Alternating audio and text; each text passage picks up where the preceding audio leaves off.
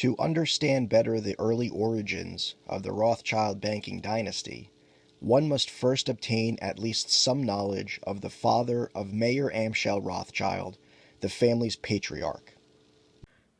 Mayer's father, Amschel Moses BAUER, a German Jew, was born in a segregated Jewish ghetto, the Judengasse, in the free imperial city of Frankfurt, in what is present-day Germany. The year of his birth was 1710. In his youth, Amschel worked for a well-respected and charitable rabbi named Herschel Schottauer, aiding the rabbi in his responsibilities around the synagogue and often taking care of the visitors who came to see the rabbi. This was not a terribly well-paying job for Amschel, but he was a young man in his teens whose personal needs were small. Not much of a scholar himself, young Amschel was however anxious to serve such a great man as Herschel. After a number of years, the rabbi came to trust Amschel, and he was eventually treated as one of the rabbi's family, enjoying their fullest confidence. When the opportunity presented itself, Amschel was very happy to become the shamish, one who essentially manages the synagogue's daily operations. This included its financial obligations. The rabbi was well known as a saintly man throughout the ghetto in Frankfurt, and many came to him for advice or for a blessing. He tried to help everyone he could, most of all the poor orphans and widows of the Judengasse, for whom he collected special funds as charity. In addition, any monies left in trust for orphans and widows were placed in his hands at the synagogue for safekeeping. It is believed that through the employment of Rabbi Herschel, Amschel was able to obtain not only an education regarding the Jewish faith, but an education regarding the many gold and silver coins which the rabbi acquired through charitable donations and which Amschel managed. After leaving the synagogue, Amschel, now in his late teens, earned a living traveling across Europe as a dealer of old coins, curiosities, and other antiques, many of the same objects he controlled for the rabbi at the synagogue. This line of work, although not terribly successful at first, allowed him to travel the continent selling his wares to whomever wanted to buy. Considering he was dealing mainly in coins and currency, his traveling business forced upon him a keen awareness of the currency exchanges between the different regions, provinces, territories, and countries in Europe. One of the earliest known stories regarding the Rothschild family is an anecdote that refers to Amschel during his travels through Europe.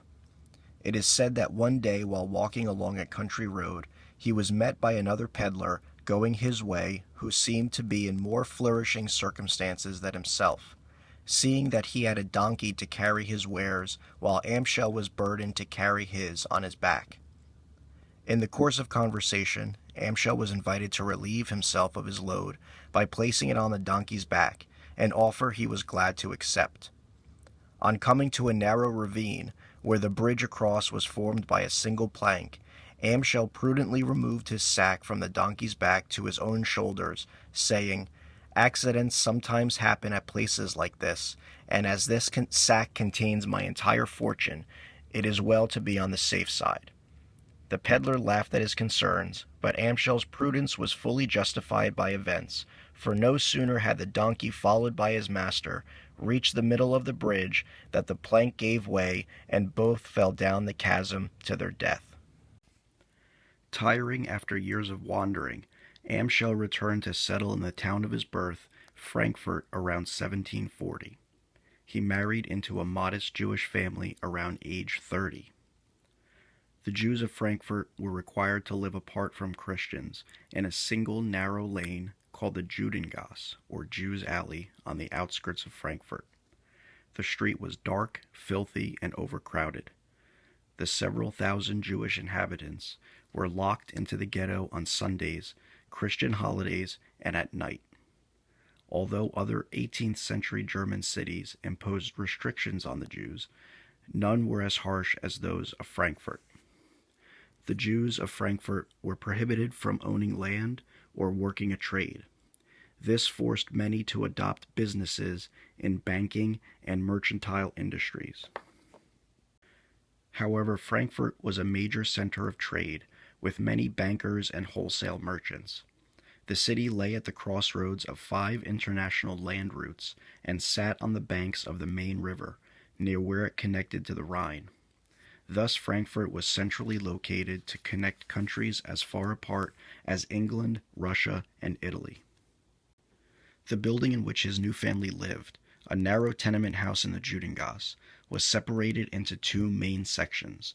The top floor was reserved for the family's living space, while the bottom level served as a modest storefront for AMSCHEL's budding coin business, which he officially founded in 1750.